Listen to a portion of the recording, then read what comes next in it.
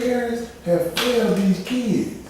This time David failed his kid. And so God sent a sword through his household. And he killed the baby slowly with sickness. So he's seeing his baby in pain. I don't know if you ever had it where people out there have kids and they're in pain. You don't like to see that. That hurts you, man.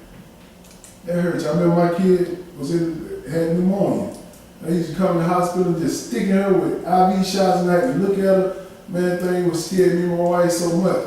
My daughter Taylor. And it pained me to see that. All the time they used to come out and say, I ain't gonna stick her no more. That's it, I'm gonna stick her no more now. But she came out of it. I'm just giving you an example. David had to watch his son die slowly. Slowly. Go ahead. Verse 16. David therefore besought God for the child. David fasted and went in and lay all night upon the earth. That ain't gonna help. That's why I tell people now, cause you fast, cause you pray, you can't take the judgment of God off sometimes. This one right here was already etched in stone. He gave it to Nathan to tell David, this is what's gonna happen to you. So you can't change that. If you read the whole story, you understand what I'm talking about. But with lack of time, we can't read it all. But keep going. And the elders of his house arose and went to him to raise him up from the earth. But he would not, neither did he eat bread with them. That man was on the ground trying to get God to reverse this. Fasting, praying, but go ahead, it's gonna tell you.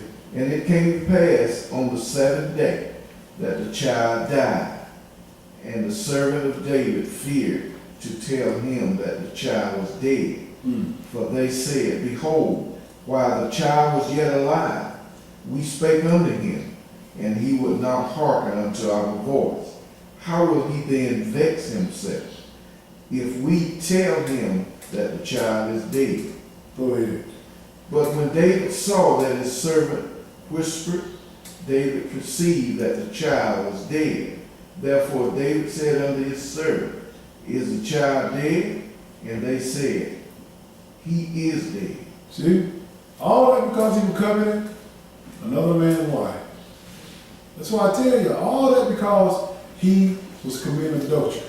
All that, the laws of God that David did. This man Uriah was dedicated to David. Dedicated. But David set him up, gave him his own death certificate in his hand and take it to his leader. And he told him, pull back, kill it. David thought it was over with. But no, if you read the story of David, he went through some hardship. That just was the beginning. That just was the beginning. Last verse, let's go to Revelation, last chapter, Revelation chapter 22. You get some good eating today, y'all. Amen. It's food for thought, food for your kids, food for you to teach your kids. Don't fail your kids. These parents have failed their kids tremendously. And you're looking at the kids and thinking it's their fault. You better search the situation of that kid's life, where he came from. It'll make you cry sometimes. And sometimes it won't make you cry because these parents have access of giving kids too much stuff and it weakens them. It weakens them. And they understand, I don't know why my kids got up and started doing all this stuff. You ain't teach them nothing. All you taught them is keep your clothes on, wash yourself and all this stuff. That ain't gonna keep them. Teach them how to play basketball, football. Teach the little girls how to wear the little dresses and stuff like that. All that's fine and dandy, but you got to give them the most important part, the law. Exodus chapter 20, the 10 Commandments, that's a start them out. Get them to remember the 10 Commandments, and then all the other stuff will come along. Just that part, those 10. We got to have this in order to get in God's kingdom. Revelation chapter 22, this is the last one, verse 14. If you tell me that we ain't got to do this law, this gonna bring you to a lie when you read this. Verse 14, go ahead. Blessed are they that do his commandments, that they may have right to the tree of life, and may enter in through the gates into the city. So I got to do these commandments so I can enter in. So you telling me we ain't got to do that old law no more. It been done away with.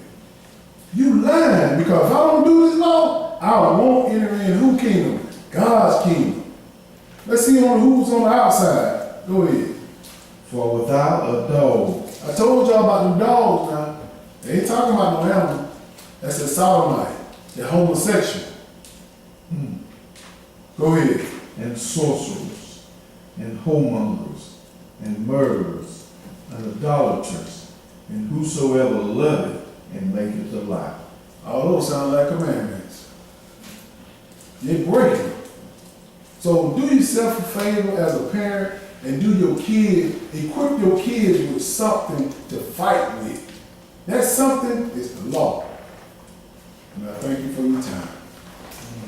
You're going to stand up and close out?